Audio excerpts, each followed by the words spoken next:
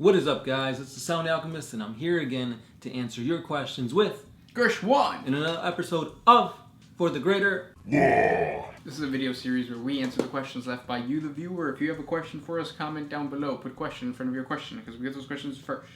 That is what Connor Bryant did. He asks, will we ever find out who the lost Primarchs are? Good question. Yeah. I could see it happening, but I could also see it not happening.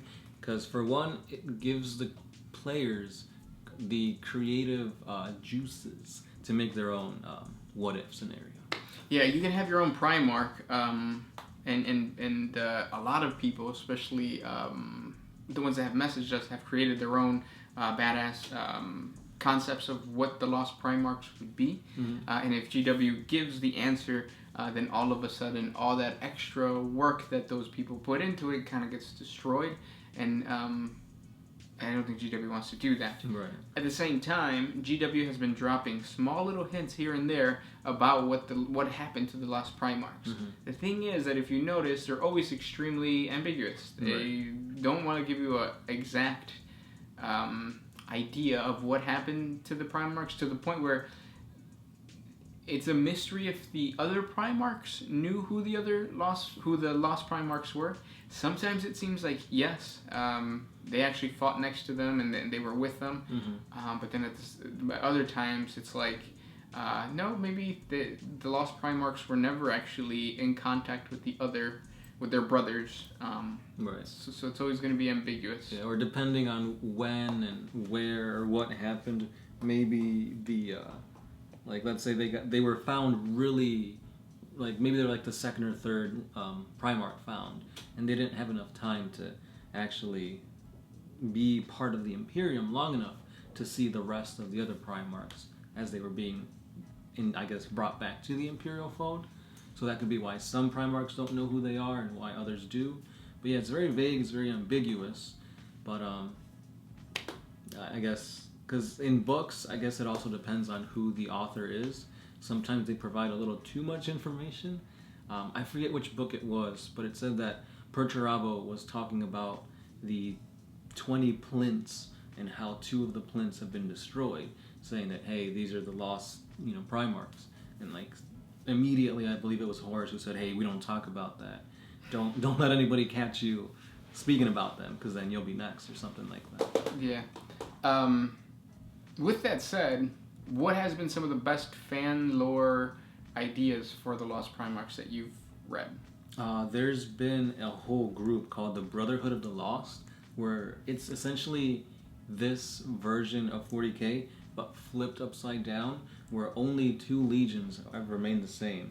It's the Thousand Suns and the Space Wolves. Those are essentially the Lost Legions, and every other Primarch, all 18 of them, have been replaced with fan versions of those Primarchs. That's awesome. Mm-hmm. Where did you see that? Is there a Facebook group or something? Yeah, there's a Facebook group, Brotherhood of the Lost, I believe.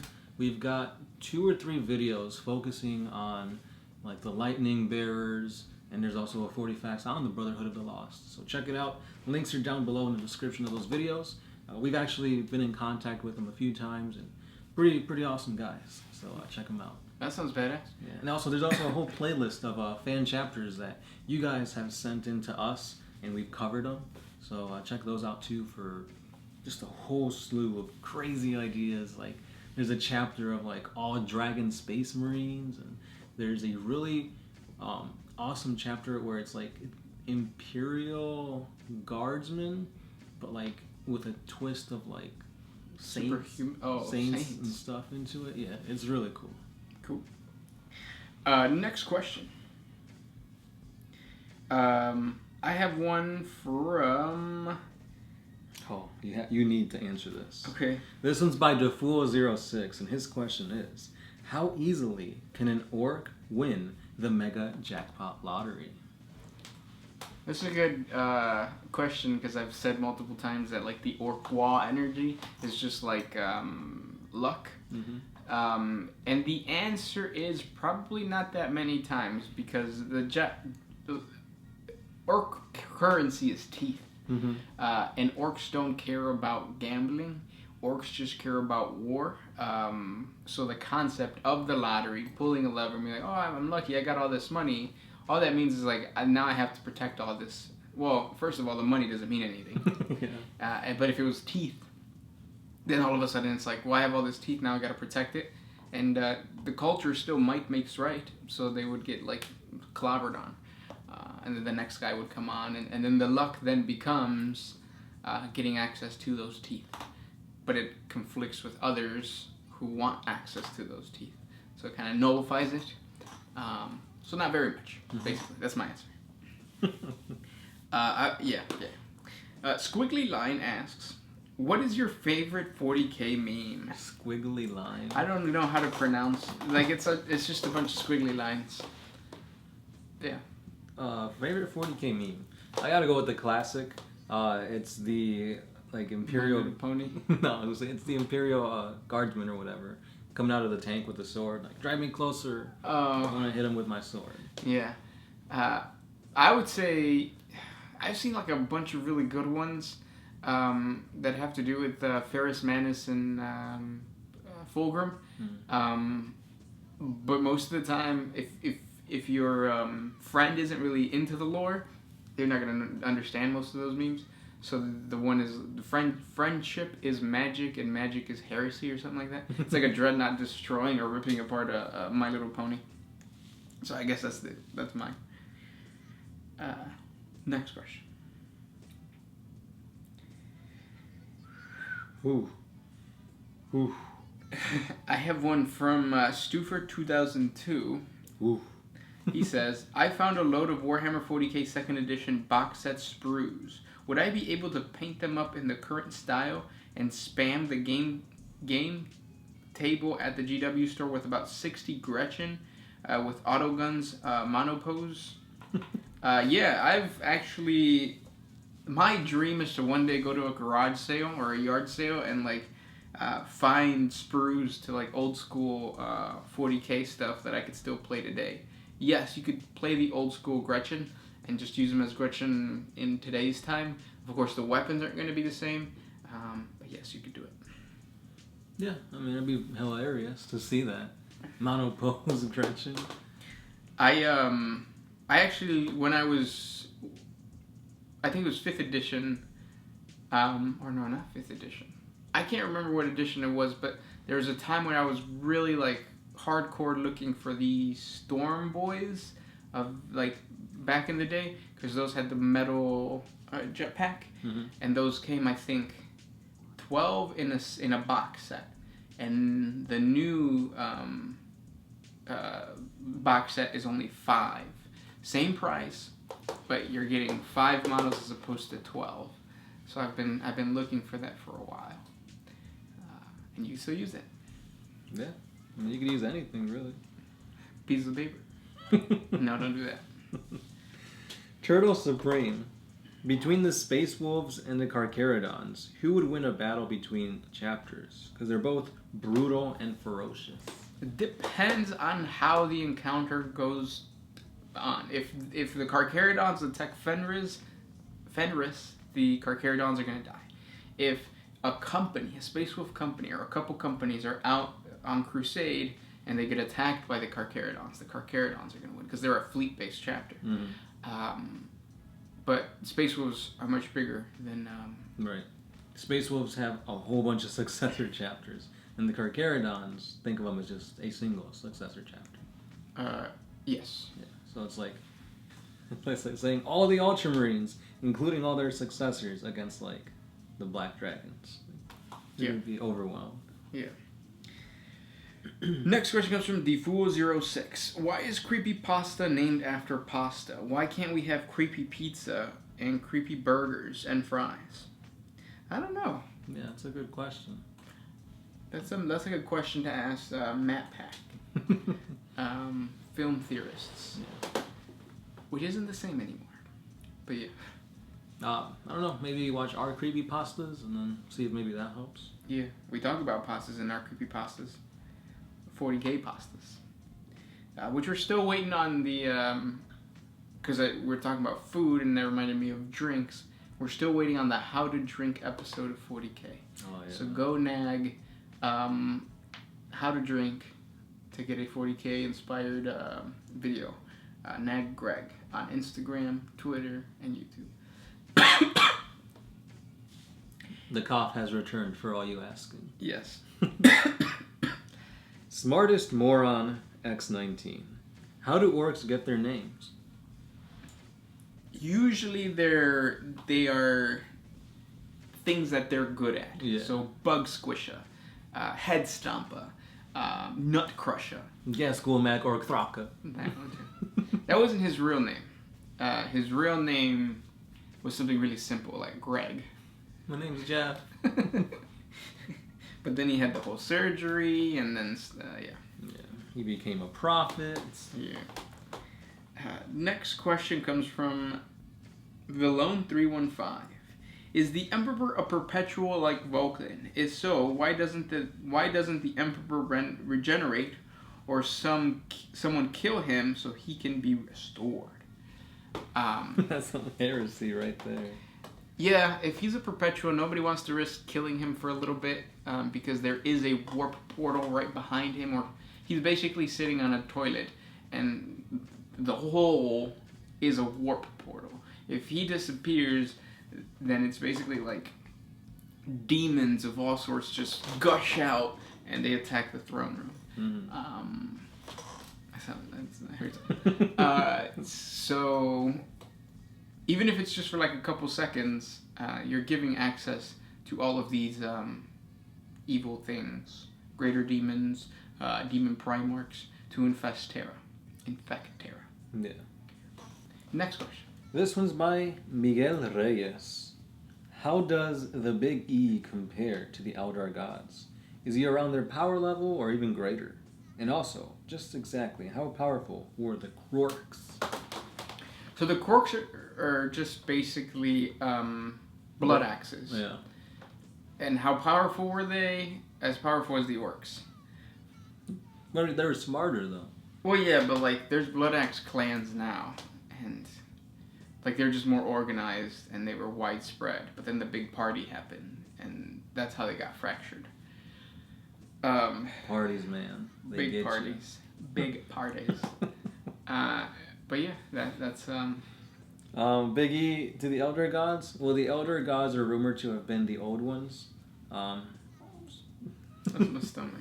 So, Old Ones as opposed to the Emperor. That'd be a pretty interesting fight, because they were able to go toe to toe with like Catan, and like they have like really powerful weapons, the black ships and stuff like that. So it'd be an interesting fight. Who do you think would win? Well, the only way to kind of compare this is that the Emperor beat the Void Dragon, rumored. The Void Dragon is supposed to be a Catan, and Catan were kind of on par with the Old Ones. So take that how you want it, guys. Yeah. If A plus C equals B, PEMDAS. Yes. Next question comes from Jeremy W. Norwood. This is going to be a long one. And it's probably going to be the last one because it is so long. I find that I tend to identify more and more with those characters in 40K stories that are technically on the ideological side of chaos, and that traitors might actually be the protagonists, and are simply the rebels of the 40K universe. This is mostly because of how tyrannical the Imperium inherently is and always was going to be for the vast majority of humanity, and of course the total hypocrisy of the Emperor. This is my actual question. Can either of you make a strong, convincing case for supporting the side of chaos, or even some other incarnation of opposing factions against the Imperium? Because I've been sincerely wondering if there is a subtle undertone throughout the books and lore hinting that the Emperor might not actually be as so benevolent in his intentions towards mankind, and that his plans shall ultimately lead to the betrayal and enslavement of all humanity, similar to the Eldar Empire's downfall at the birth of She Who Thirsts, and his deification into a warp power that is essentially no different than any of the other warp gods, morally speaking. So can we make a convincing statement for you guys to turn to chaos. Check out our horrible realities on the Imperium of Man. Check out our horrible realities on Space Marines. Check out our horrible realities on Hive Cities. Yes, there's a ton. Check out the 40 facts in the Cabal. Yeah, there's a lot of reasons why chaos is better than the Emperor. The thing the thing you have to remember, like I think it would be more interesting to try to come up with a reason why the Emperor is justifiable, which we can't do right now. We got to take some time and think about it, but that's how challenging that is, because chaos is just the better choice. What was I gonna say? Okay, so but the main point is that the thing you have to keep in mind is that the Emperor and the idea of the Imperium is a like kind of a mockery on totalitarianism, and it's supposed to be the way that it is, where it's like people who are part of the Imperium think that they're getting it good, but they're not, and that's really the whole idea of any type of organization that has one single leader who's supposed to be all powerful and all knowing. At the end of the day, all those people behind him are really just pawns, and they're dumb. And I think that's what 40K and the Imperium is trying to showcase in a cool, badass way. Yeah. Which is funny because like the Emperor has been pushing away religion and focusing so much on like logic and technology, and it's like, but is all this technology even worth anything if most of humanity is on like hive cities and... Yep. That's a good argument against the Imperium. So. Yeah, it's like you're forcing humanity to work to the death so that they can make machines to protect you from things that are going to kill you, but you're working yourself to the death.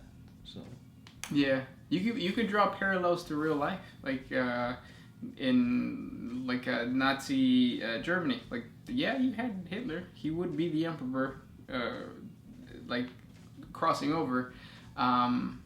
But look at all the horrible things that were happening in Germany when that was happening. So yeah, negatives, positives. I mean, you could say that for anybody, really. Any person in power you can draw. With one individual. Yeah. Which is what the Imperium is trying to do. Like satire, that right. whole mentality of like, there's going to be a leader and the leader's going to defend you. No, the leader's going to fight for himself. You're screwed. Right, because even like in a mindset where I'm fighting for my God, I'm doing horrible things, but it's for my God. If I'm doing this for him, it can't be seen as evil. Yep, you see that now with Islam, with Christianity, like it's all just chaos all the way. Undivided though, obviously. Don't do. Right, because then you're doing the same thing. Yeah. I'm fighting for the blood god. He's going to bestow me powers, but eventually he can give you too much power and you're a spawn. You have to be as cool as a cucumber, like the Alpha Legion. Cool as a cucumber? Yes, they are the double-crossers of the double-crossing game. They cross themselves. Yeah. Twice. So they break ankles. Yeah. They wore black Air Force. Yeah, they steal. And those are the questions for today. I hope you guys enjoyed our rant. Talk to you tomorrow. This is the Sound Alchemist. Gershwan. And we are out. Always